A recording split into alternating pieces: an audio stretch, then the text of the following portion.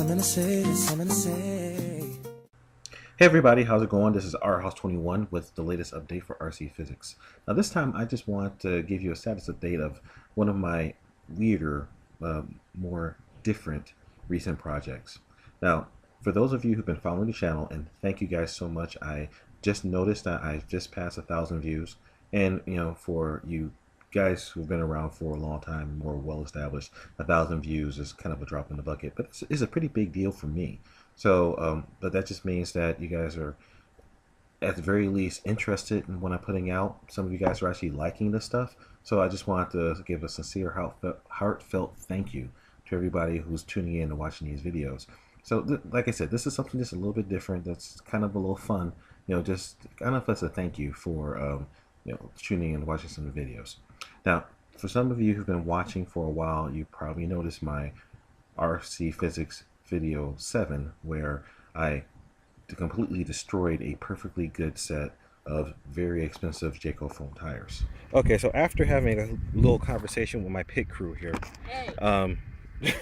so by the way, this is his collection of the scrap parts that came out of my wheels. I'm keeping this. So see, I've got one good wheel left. This guy's got a little chunk left out of it. But this guy over here, well, these guys on the left hand side, oh sorry, right hand side, seems taking all the brunt of the damage. So this is pretty much gone, and this is, oh, this right here split in half. This, a nice little chunk taken out of it, and the structure gone. But you know what?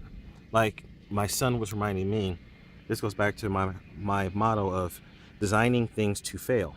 And if you look through as to what's worked and what didn't work, yes, the tires are gone on this side. Well, maybe I spoke a little bit too soon, because as you see here in the picture, they weren't beyond repair, and the surprise of living heck out of me.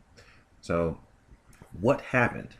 Well, I was sitting around cleaning out my toolbox, and I tripped on I fell back onto the scrap parts that my son had recovered, and as a goof, figured, let me see if I can just kind of piece these back together, just as a souvenir. So I started working with the crazy glue, and it wasn't really working too well. Then it hit me.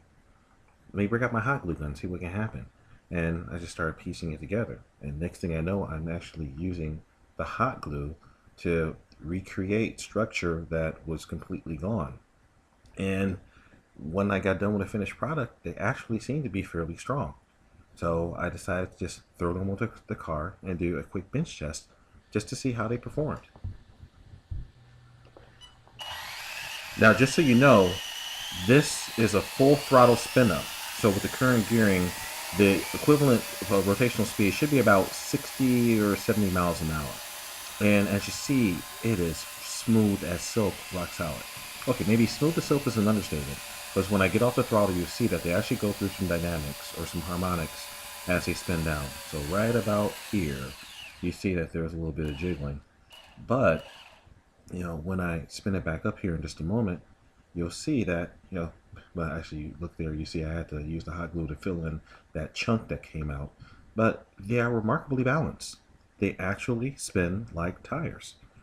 So I couldn't resist the urge to throw on my clear shell and take it out for a little spin after I got done here, but they drove very, very well.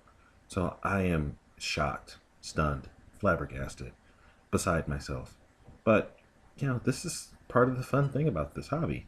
You try things and you do it, and sometimes it works, sometimes it doesn't, but sometimes you get some very nice little surprises.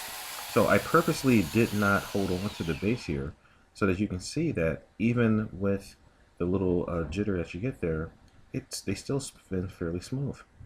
So, like I said, I threw it onto off the body before I had it painted, and here you have the finished product.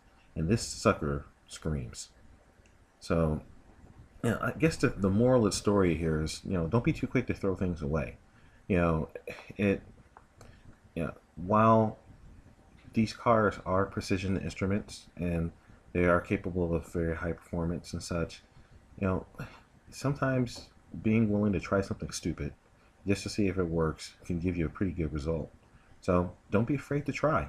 And remember, this is our house from one signing off, saying fly, fix, fly, break it, fix it, put it back together, and do it all over again.